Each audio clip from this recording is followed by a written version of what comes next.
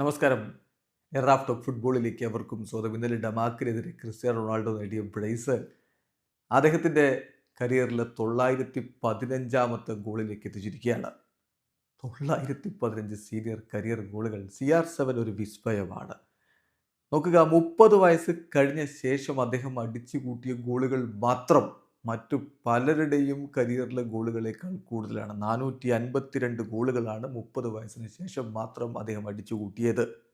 20 ഗോളുകളും 4 അസിസ്റ്റുകളുമാണ് രാജ്യത്തിനും ക്ലബിനുമായിട്ട് ഈ ഒരു സീസണിൽ CR7 ഓൾറെഡി അടിച്ചിരിക്കുന്നത്. കൃത്യമായ കണക്കുകളിലേക്ക് പോയാൽ കഴിഞ്ഞ 4 കളികളിൽ നിന്ന് അദ്ദേഹം 7 ഗോളുകളായിരിക്കുന്നു.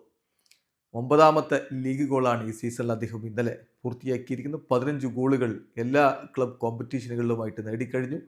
79 ടോട്ടൽ അൽ നസർ ഗോളുകളായി. 2024 അദ്ദേഹം 42 ഗോളുകളായി. 556 ഓൾ ടൈം ലീഗ് ഗോളുകളായി. 780 ഓൾ ടൈം ക്ലബ്ബ് ഗോളുകളായി. 915 സീനിയർ കരിയർ ഗോളുകളായി.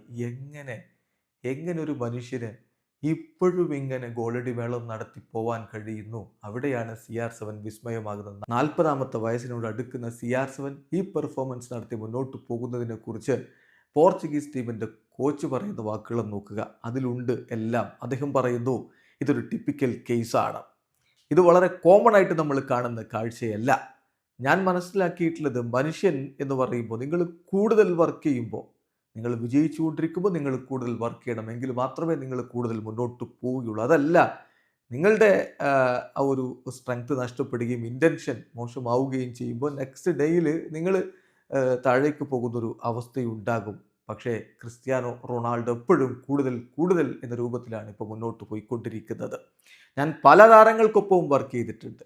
അവരൊക്കെ ഒരു പ്രത്യേക പോയിന്റിലെത്തുമ്പോൾ അവരൊരു അൺകോൺഷ്യസ് ആയിട്ടുള്ള സാറ്റിസ്ഫാക്ഷനിലേക്ക് എത്തും.